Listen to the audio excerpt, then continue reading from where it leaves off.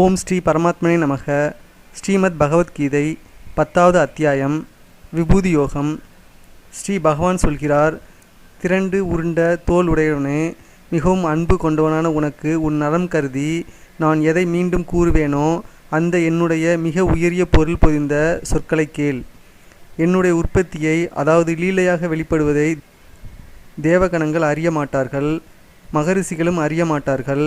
ஏனெனில் நான் எல்லா விதங்களிலும் தேவர்களுக்கும் மகரிஷிகளுக்கும் ஆதி காரணம் ஆவேன்.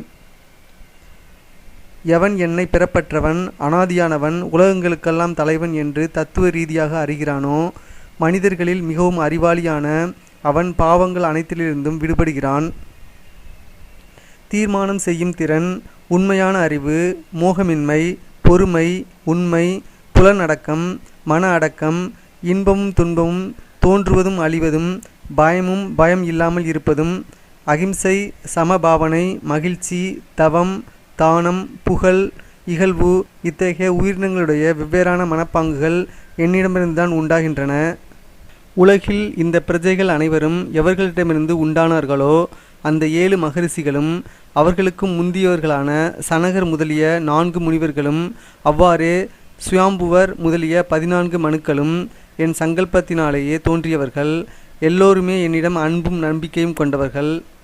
எவன் என்னுடைய இந்த ஈஸ்வர தன்மையின் விரிவையும் யோக சக்தியையும் தத்துவ ரீதியாக அறிகிறானோ அவன் அசையாத பக்தி யோகத்துடன் கூடியவனாக ஆகிறான். இவ்விஷயத்தில் சிறிதளவும் ஐயமில்லை.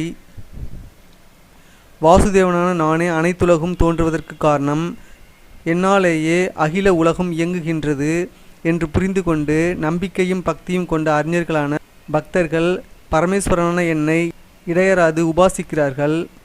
இடைவிடாது என்னிடமே மனம் செலுத்தியவர்களும் என்னிடமே உயிரை அர்ப்பணம் செய்தவர்களுமான பக்தர்கள் என்னுடைய பக்தியின் விளக்கத்தின் மூலம் தங்களுக்குள்ளே என்னுடைய பிரபாவத்தை விளக்கி கொண்டும் என் குணங்களையும் பிரபாவங்களையும் பேசிக்கொண்டும் எப்பொழுதும் மகிழ்கிறார்கள். மேலும் வாசுதேவனான என்னிடமே இன்புறுகிறார்கள்.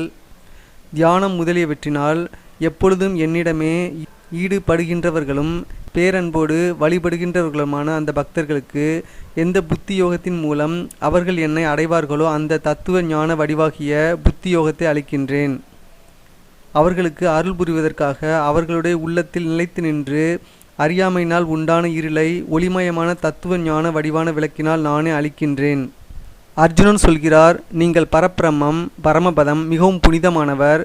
ஏனெனில் எல்லா ரிஷிகளும் உங்களை என்றும் உள்ளவர், தெய்வீகமான புருஷன், முழு முதற் கடவுள், பிறப்பற்றவர், எங்கும் நிறைந்தவர் என்று கூறுகிறார்கள். அவ்வாறே தேவ ரிஷியான நாரதரும் ரிஷிகளான அசிதரும் தேவலரும் மகரிஷியான வியாசரும் கூட கூறுகிறார்கள்.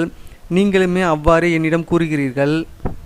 கேசவா, என்னிடம் எதை கூறுகிறீர்களோ இந்த எல்லாவற்றையும் உண்மையே என்று எண்ணுகிறேன். பகவானே, திருவிளையாடலுக்காக ஏற்றுக்கொண்ட உங்களுடைய சொரூபத்தை அசுரர்கள் அறிந்து கொள்ளவில்லை, தேவர்கள் கூட அறிந்து கொள்ளவில்லை.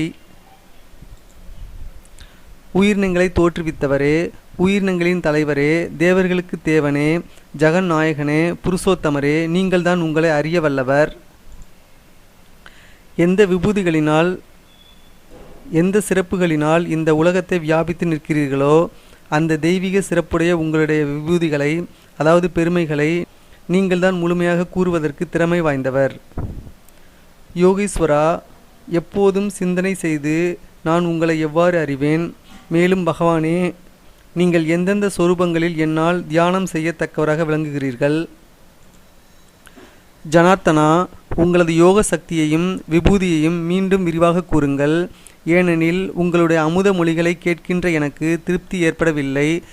கேட்க வேண்டுமென்ற ஆசை தொடர்ந்து இருந்து கொண்டே இருக்கின்றது. ஸ்ரீ பகவான் சொல்கிறார், குருகுலத்தில் சிறந்தவனே, என்னுடைய விபூதிகள் தெய்வீகமானவை. இப்பொழுது உனக்கு அவற்றில் முக்கியமானவற்றை கூறுகிறேன். ஏனெனில் என்னுடைய விரிவுக்கு முடிவு இல்லை.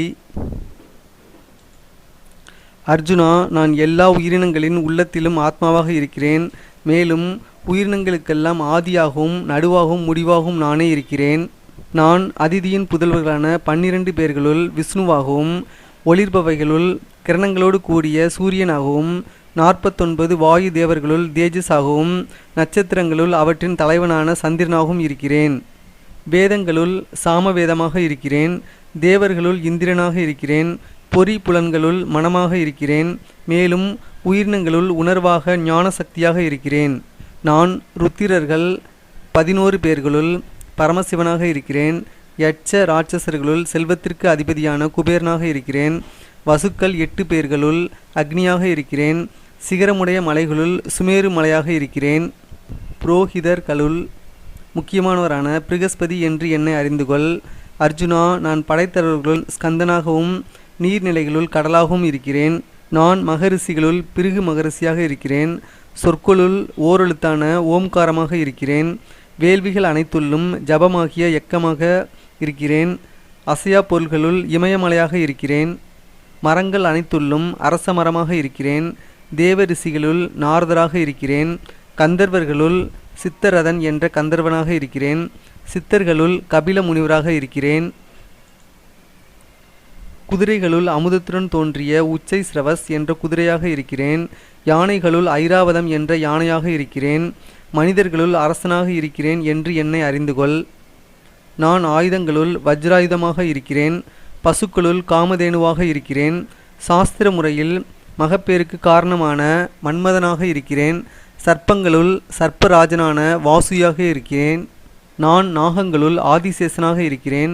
நீர் வாழ்வனவற்றிற்கும் ஜல தேவதைகளுக்கும் தலைவனான வர்ணனாக இருக்கிறேன். பித்ரு தேவதைகளுள் அர்யமா என்ற பித்ரு தேவதையாக இருக்கிறேன். அடக்கி ஆள்பவர்களுள் யமனாக இருக்கிறேன். நான் தைத்தியர்களுள் பிரகலாதனாக இருக்கிறேன். காலம் கணிப்பவர்களுள் காலமாக இருக்கிறேன். விலங்குகளுள் சிங்கமாக இருக்கிறேன். பறவைகளுள் கருடனாக இருக்கிறேன். நான் தூய்மை படுத்துபவைகளுள் காற்றாக இருக்கிறேன். ஆயுதம் தாங்கியவர்களுள் ஸ்ரீராமபிரானாக இருக்கிறேன். மீன் இனங்களுள் முதலையாக இருக்கிறேன். நதிகளுள் பாகீரதியான கங்கையாக இருக்கிறேன். அர்ஜுனா, படைப்புகளின் ஆரம்பமாகவும் முடிவாகவும் நடுவாகவும் நான் தான் இருக்கிறேன். வித்தைகளுள் ஆத்ம வித்தையாக இருக்கிறேன். தர்க்கம் செய்பவர்களுடைய தத்துவத்தை தீர்மானம் செய்ய உதவும் வாதமாக நானே இருக்கிறேன். நான் எழுத்துக்களுள் அகரமாகவும் சமாசம் அதாவது தொகைகளில் அல்லது தொடர்களுள் உம்மை தொகையாகவும் இருக்கிறேன். அழிவற்ற காலமும் எல்லா புறங்களிலும் முகம் கொண்ட விராட் ஸ்வரூபனும் எல்லாவற்றையும் காத்து பேணுபவனும் நானே. நான் எல்லாவற்றையும் அளிக்கின்ற மரண தேவதையாக இருக்கிறேன். இனி உண்டாகப் போகின்றவற்றிற்கு காரணமாக இருக்கிறேன்.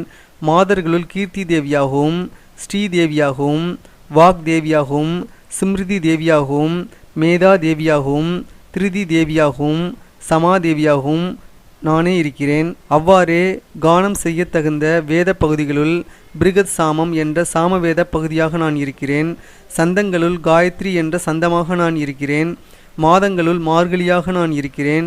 6 பருவங்களில் வசந்த ருதுவாக நான் இருக்கிறேன். நான் வஞ்சகர்களுள் அவர்களது சூதாட்டமாக இருக்கிறேன். திறமை படைத்தவர்களிடம் திறமையாக இருக்கிறேன். நான் வெற்றி பெறுபவர்களின் வெற்றியாக இருக்கிறேன். தீர்மானம் செய்யும் சக்தி உடையவர்களின் தீர்மானமாக இருக்கிறேன். சத்துவ குணம் படைத்தவர்களிடம் சத்துவ குணமாக நான் இருக்கிறேன். நான் விருஷ்ணி குலத்தோருள் வாசுதேவனாக இருக்கிறேன். பாண்டவர்களுள் நான் அர்ஜுனாக இருக்கிறேன். முனிவர்களுள் நான் வேதவியாசராக இருக்கிறேன். கவிஞர்களுள் சுக்ராச்சாரியரான கவியாக நான் இருக்கிறேன். அடக்குபவர்களின் அடக்கும் சக்தியாக நான் இருக்கிறேன். வெற்றி பெற விரும்புபவர்களின் நியாய உணர்வாக நான் இருக்கிறேன். மறைத்து வைக்கப்பட வேண்டியவற்றை காப்பாற்றுவதான மௌனமாக நான் இருக்கிறேன். ஞானிகளுடைய தத்துவ ஞானமாக நானே இருக்கிறேன். மேலும் அர்ஜுனா, எல்லா உயிரினங்களுக்கும் எது விதையோ, அதாவது அவை தோன்றுவதற்கு எது காரணமோ அதுவும் நான் தான். ஏனெனில் நான் இன்றி எது இருக்கக்கூடுமோ அத்தகைய இயங்குவதும் இயங்காததுமான உயிரினம் எதுவும் இல்லை. எதிரிகளை வாட்டுபவனே, என்னுடைய தெய்வீகமான விபூதிகளுக்கு அதாவது பெருமைகளுக்கு முடிவு இல்லை. என்னுடைய விபூதிகளிடையே இந்த விரிவும் கூட உனக்காக ஓரளவுதான், அதாவது சுருக்கமாகத்தான் என்னால் கூறப்பட்டது.